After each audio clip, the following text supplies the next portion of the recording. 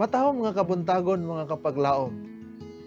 Atong hisgutan ining adlaw mao ang atong morning devotional Abril 28 nga naguluhan. Kanus-a magsugod ang igpapahulay, part 1. Ug ang atong teksto makita sa Levitico 23 versikulo 32 nga nag-ingon, gikan sa hapon hangtod sa hapon magabantay kamo sa inyong adlaw nga igpapahulay. Dili sama sa pre-advent judgment o hukom nga sa dili pa ang ikaduha nga pag-anhi, ang sentral nga mga pangulo sa sayo nga mga Adventista walay lalis sa usag-usa kun kanus-a magsugod o matapos ang igpapahulay. Bisan pa sa kamatuoran nga ang Seventh-day Baptist diin si Bates sa dili direkta nga nakakuha sa igpapahulay, gibantayan kini gikan sa pagsalop sa adlaw ngadto sa pagsalop. Si Bates mismo ang nakiglalis nga kinahanglan kini bantayan gikan sa 6 PM sa Biyernes hangtod sa 6 PM sa Sabado. Iyang gibarugan sa iyang libro niadtong 1846 bahin sa igpapahulay. Sa pag-angkon nga ang kasaysayan nagpakita nga ang mga Hudiyo nagsugod sa ilang adlaw sa 6 PM sa gabi. Wala ko mahibalo kung unsa nga kasaysayan iyang gitan-aw o nagpasabot bakha siya sa iyang nabasahan. Apan sayop gayud siya kayo. Mibarog usab si Bates sa iyang teorya sa pangatarungan sa pagbantay sa igpapahulay gikan sa 6 PM ngadto sa 6 PM. Sa yano nga pagkasulti nangatarungan siya nga kun ang pagbantay sa igpapahulay gikan sa pagsubang sa adlaw sa buntag hangtod sa sunod subang sa adlaw o sa pagsalop sa adlaw ngadto sa sunod nga pagsalop sa adlaw nan magkalain-laing panahon ang pagbantay niini sa mga tao sa lain-laing mga dapit sa kalibutan.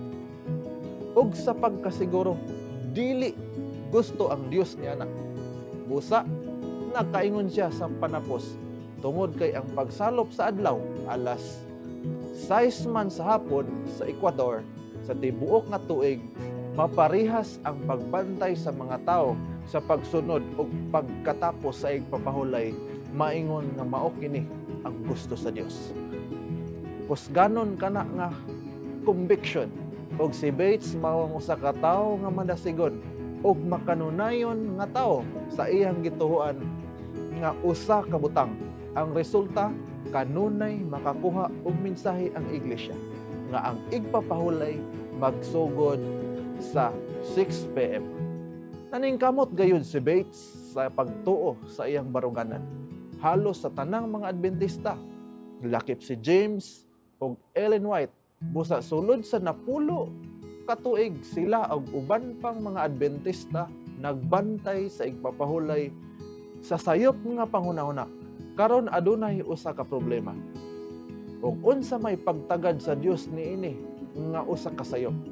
Siya ba nagpadala kanila ngadto sa espiritual nga prisuhan tungod kay sila na sayop? Dayag nga dili. Adunay halapad nga kaluoy sa Dios sa atong pagka sincero dawaton kita niya kun diin kita nahimutang. Apan dili siya muhunong diha.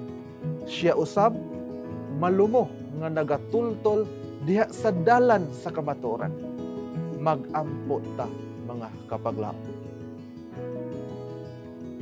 Amahan nga langit nun, dalaygon ka o Dios sa walay katapusan. Salamat sa mensahe nga mo ang nabatnan karon, nagpahinumdum ka namo sa amo ang kagawasan pinaagi sa adlaw nga igpapahulay o Dios.